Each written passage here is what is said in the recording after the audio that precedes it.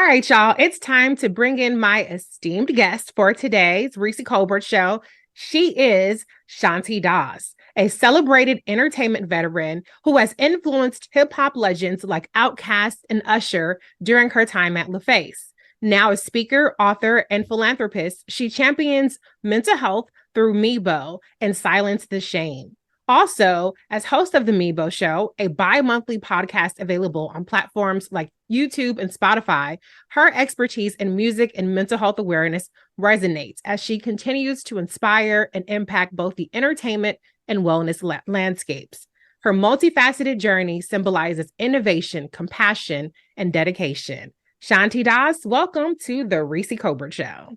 Thank you so much for having me. I love your name, Reecie. That's so cool. Thank you. Thank you. I am honored to be in the presence of a living legend. Oh, so I appreciate you so much for taking time out. I felt like you would be perfect to talk to and really dive into your personal journey from music industry legend to now mental health wellness legend with your Mibo Show and Silence the Shame. So let's actually start back with how you got here to the point of being a champion for mental health. Absolutely. So thank you, Reecie. Wow, how I got to being a mental health advocate for music. That is quite the story and quite the journey. Yes. I'll try to condense it all for you. I think it's important, though, to add that my father died by suicide when I was just 7 months old. Before Shanti Das working in the music industry, it was just Shanti Das, a member of the community, and not really knowing how to deal with that. Again, I was a child, but once I got old enough and my mom and my sister and brother kind of started talking to me about it, I got really angry. And so I brought a lot of those feelings and didn't address them. And we didn't address them as a family either, which oftentimes we hear that, especially in African-American communities. And so fast forward, graduated from Syracuse University, majored in television, radio, and film, thought I either wanted to work in radio and be a host like yourself or work in the entertainment industry. And so I started interning at Capitol Records. And then I got a job right out of graduation, graduating from Syracuse at LaFace Records. And the first record I worked was Players Ball, which was really awesome. And, we're celebrating Hip Hop 50. So it's just a special moment for me to have, that had been my first record that helped to launch my career. And so had a really great run at LaFace. And then I remember when I moved to New York City in 2000, that was the first time that I was at more of a corporate environment. For the entertainment business. And I was just dealing with a lot of anxiety and stress and kind of a toxic work environment there. And I remember that was the first time I ever uttered the words, maybe I should just kill myself. And that really scared me. I don't think I meant that, Reecie, but those were just some of the feelings that came out. And it was always in the back of my head that if my dad did it, maybe something was wrong with me. And so that was the first time I actually sought counseling and therapy in my 30s. And so fast forward, I had another great run working in the business, living in New York City. I went from vice president to senior vice president to executive vice president in the Sony music system. And then finally, I was executive vice president of marketing under Sylvia Rohn at Universal Motown Records, which was fantastic. But I still wasn't really taking care of myself. And, self-care wasn't a thing.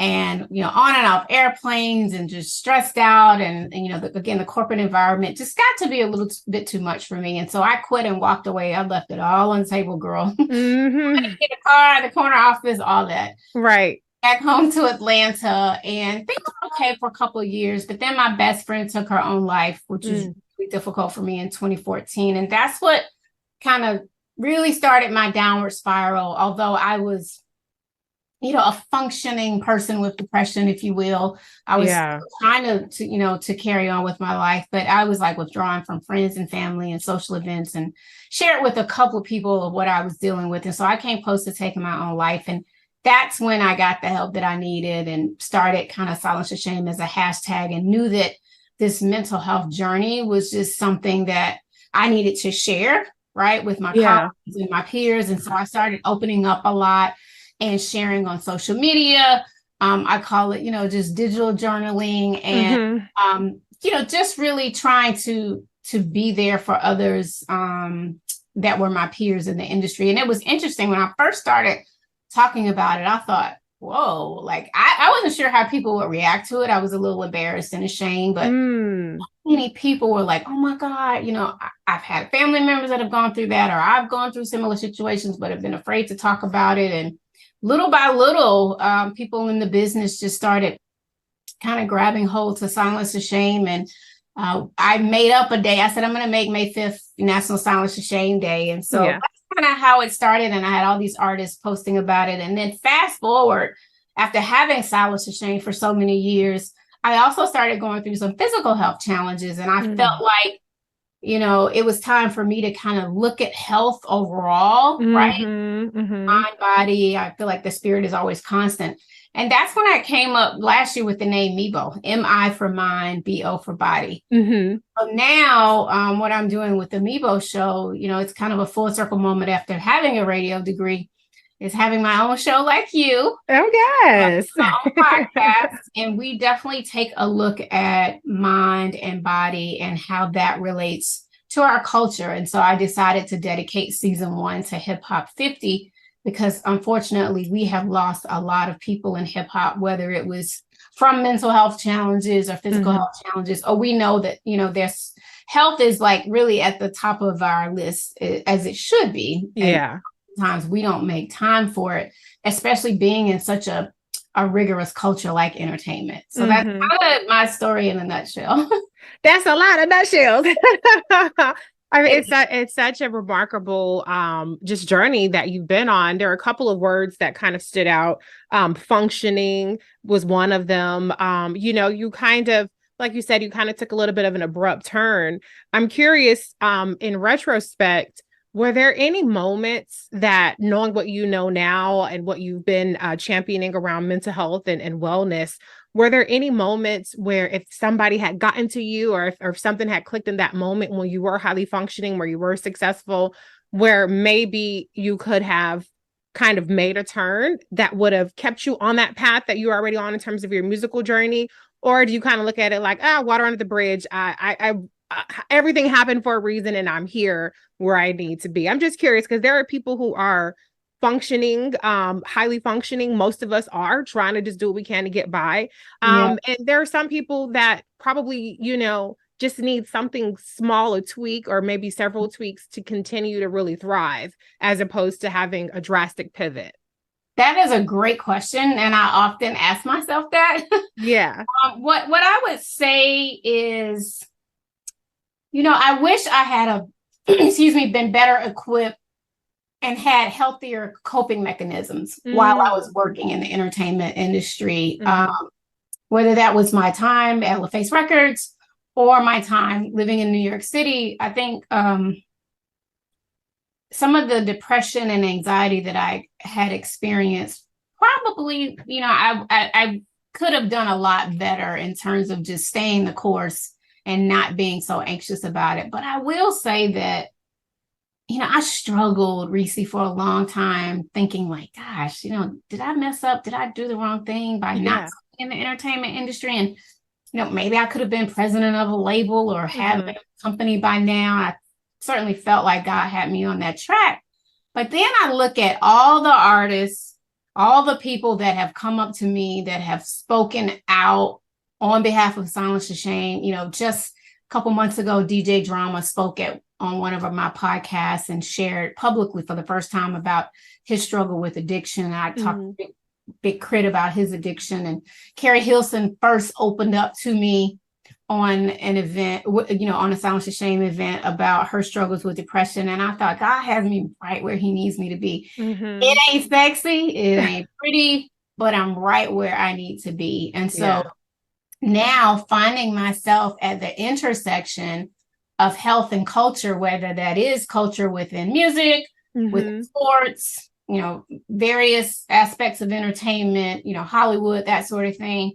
I think this is the trajectory that I was supposed to be on. And it was no coincidence that I went through my own valley, but came back out on the other side. And now I still am kind of in the business, if you will, but just in a different aspect, trying to bring about, wellness and good practices for our health, so that, our iconic stars that we all love, and the executives, the folks that are behind the scenes, more importantly too, can just have the tools that they need and really live this hashtag best life, you know, be on Instagram and all these fabulous exotic places. Like there is no financial wellness, no financial freedom, no career wellness without overall health and wellness. And so it really does start with the mind and the body.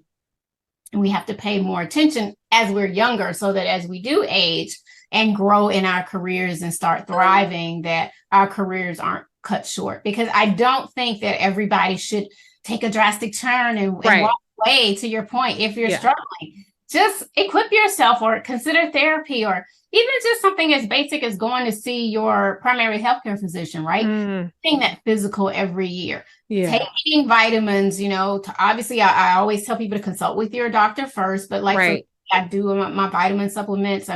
I'm focused on my heart health and just got a checkup a couple of weeks ago on my heart just to see.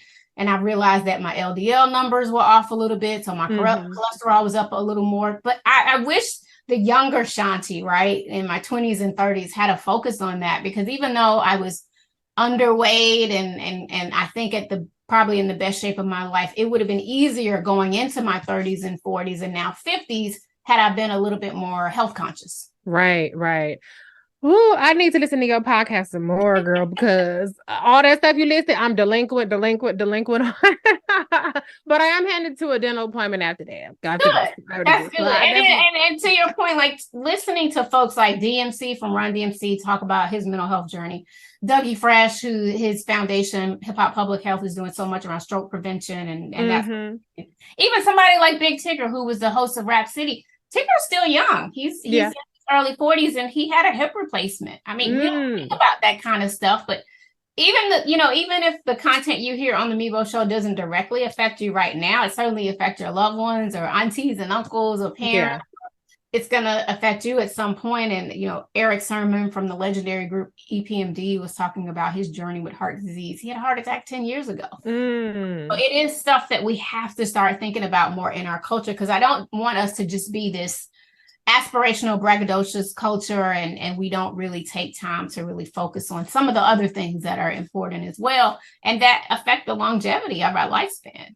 No, absolutely. I agree with you. One thing I'm curious about, though, is because you talked about how, and I think we can all agree, mental health and mental wellness, health and mind and body wellness is not a hot topic in hip hop, in our musical culture.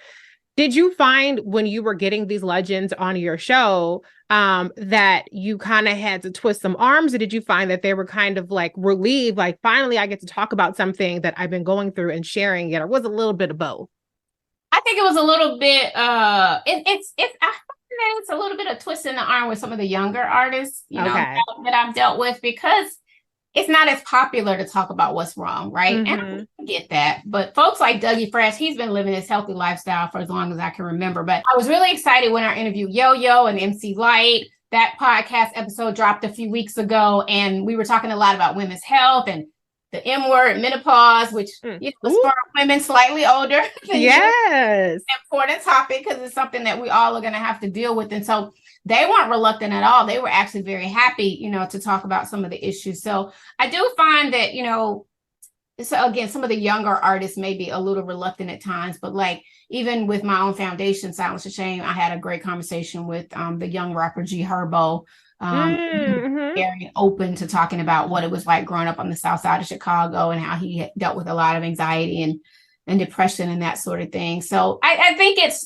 you're starting to find more younger people in sports, in music, in Hollywood, that are talking about their mental health as well as their physical health and really taking charge of their lives. I mean, look at someone like a Simone Biles who, break, right? She took that time off for mental health reasons, and now she's back stronger than ever. Oh, yes. Hopefully champion for the Paris Olympics. And so, it's a lot of people that I think are modeling behavior so that the younger generation will understand the importance of, again, having healthy ways to cope. And I'm not the social police, but I can remember, when I was much younger and just picking up that glass of wine, right, or that cocktail. That's one thing to do it if you're just out being social and being cute. Yeah. But don't do it to put a Band-Aid over a problem, right? I don't want us to use it for unhealthy ways. Yeah. So that's just it. I'm just trying to do my part to help continue to inspire the culture, and, grateful for all the support that we've gotten thus far and trying to get more listeners, and certainly grateful to Johnson & Johnson, who is, providing us medical experts as we advocate for our health and wellness. And so they're a big supporter of the show, and they always have a great medical expert to help kind of meet the artists where they're at. Right. Yes. The health stuff that they're dealing with. So it's been a win-win for me. And again, just another extension of, I feel like, what I'm supposed to be doing from a mental health perspective, and now mental and physical. Well, Shanti, I think what you're doing is incredible work. And you've been doing it for such a long time, and it has moved the needle. It's continuing to move the needle. I love the show. Again, it's the Mibo Show. Y'all definitely check it out. It's got the legends. It's got the medical professionals. It's got the legend herself, Shanti Das. So we can't wait to continue to hear more from you. Thank you so much for joining me on the Reecie Colbert Show. It's been such an honor, Reece. And I just want to tell folks that you can check us out on YouTube. And we're on all audio platforms for podcasts. And I'm also getting a big honor, since this is around the music industry. The Living Legends Foundation is honoring me next month, and I'm getting the Chairman's Award. Congratulations. That is fantastic. I just want to shout them out, and I'm so grateful to still be here and present with the music community. So thank you, and I salute you too, Reece. Well, before I got to hone in on that part, the Living Legend Award. Wait, say that award again. It's the Living Legends Foundation. Okay. And yes. The Chairman's Award. Okay, that is awesome, because the hip hop documentary on Netflix has come out, basically showing like the legends of hip hop, but I've also seen an increase in the conversation around how women in hip hop are not necessarily given the credit behind the work that they're doing. So I'm so happy to see that tide starting to turn. Maybe it's a little belated, but it's still turning nonetheless. And trailblazers like yourself definitely deserve to be recognized and rewarded for all the wonderful work that you've done. So again, thank you, Shanti, for being on the show. Thank you so much. That means so much.